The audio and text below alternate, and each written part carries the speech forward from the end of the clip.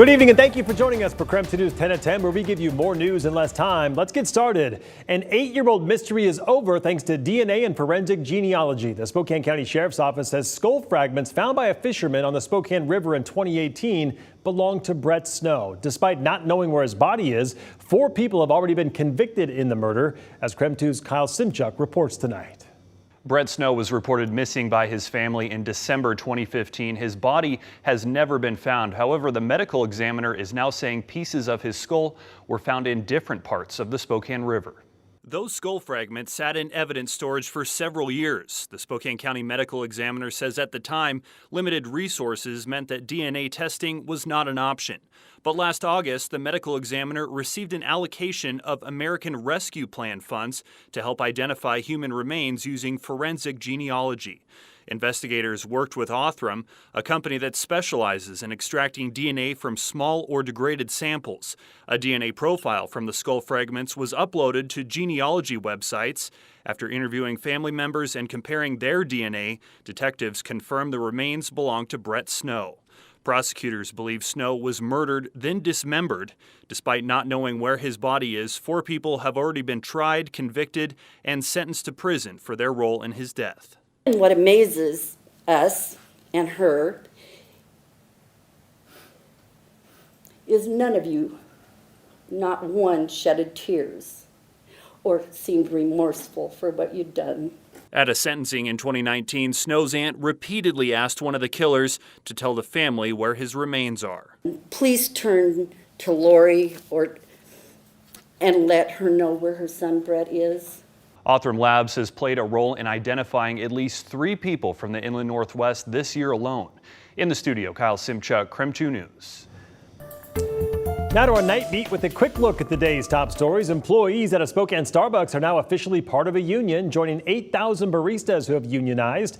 Workers at the Wellesley and Belt store won union representation in a 12-4 vote on Friday.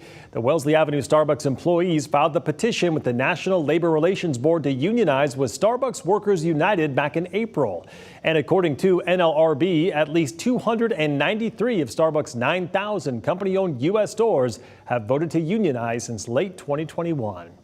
In the final weeks before a decision on its accreditation, North Idaho College submitted its official plea to the Northwest Commission on Colleges and Universities. In that report, board members listed several changes the school has made since March. That includes intensive training with consultants. Some of the other changes that were highlighted in that report were strides to work collaboratively with school president Nick Swain. Back in May, the board voted not to oppose Swain's request that a court permanently reinstate him as president. The NWCCU will meet again on June 23rd to review NIC's accreditation status. A decision could be made by July. And in Oregon today, the Portland Police Bureau is addressing fears of a serial killer in the region. Detectives say they do not believe the deaths of 6 women are connected, but that speculation stems from the fact that 6 women have turned up dead across the region since the beginning of February. They were between the ages of 22 and 32. Detectives have ruled out foul play in the death of one of the unidentified women found in a tent. However, foul play has not been ruled out in the other 5 cases. Detectives are asking for the public's help, so if you know anything about any of these cases, you are urged to contact Portland Police. And that was your Night Beat. To learn more about any of these stories, just text us the word night to 509-448-2000, and we'll send them right to your phone. All right, switching gears, let's talk weather with Chief Meteorologist Jeremy Good. Jeremy, temperatures are expected to get close to 90 degrees this week. What else is heading our way? Oh, maybe a little bit of rain later on, but getting there is going to be a little bit hot and very dry and also a little bit windy. Right now, believe it or not, our temperatures have dropped more than 15 degrees from where they sat less than 4 hours ago. And the reason for such a quick drop, well, notice that dew point down in the 30s and the relative humidity down to 26%. Without moisture in the atmosphere, things just drop. Temperatures plummet after dark. This evening, wind dies down. Tomorrow, wind will gust at around 20 to 35 miles per hour across the inland northwest. The stronger gusts out in central Washington and the Okanagan Valley. Here in Spokane and over in Coeur d'Alene, 10 to 15 miles per hour is the name of the game. Not much going on. Everything dissipates after dark. And guess what? Tomorrow, nothing but sunshine in the forecast. The big story here is the heat. 89 tomorrow, 92 on Wednesday. 89 on Thursday. It is going to be warm for the next, It is going to be hot for the next 3 days. It all culminates with some storms on Thursday, likely a few rumbles of thunder, and then more widespread showers come Friday.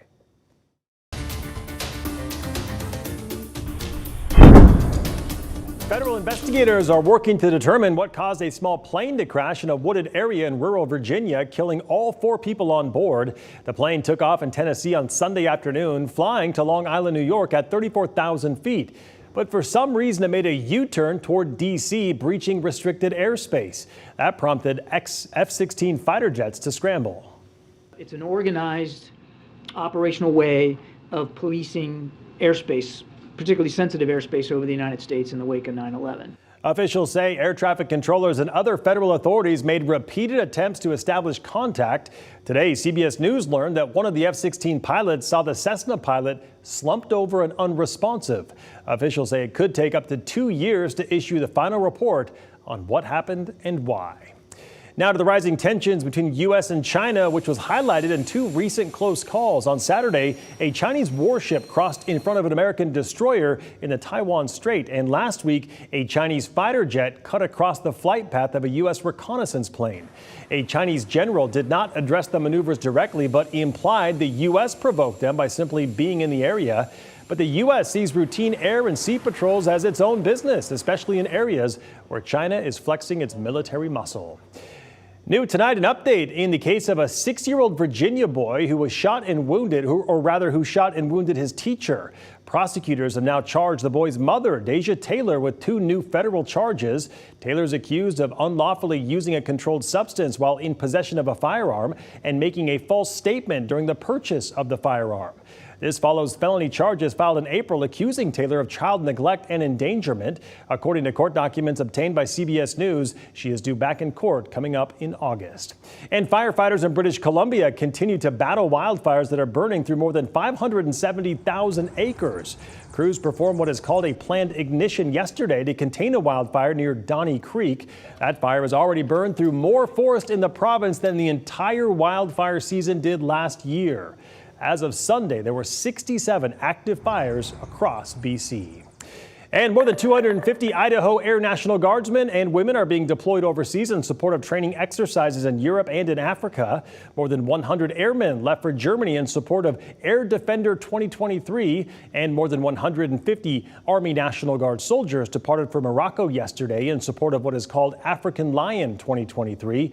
Neither exercise, they say, is the result of or response to any specific world events, but rather part of the ongoing U.S. commitment to maintain strong military relationships with our allies.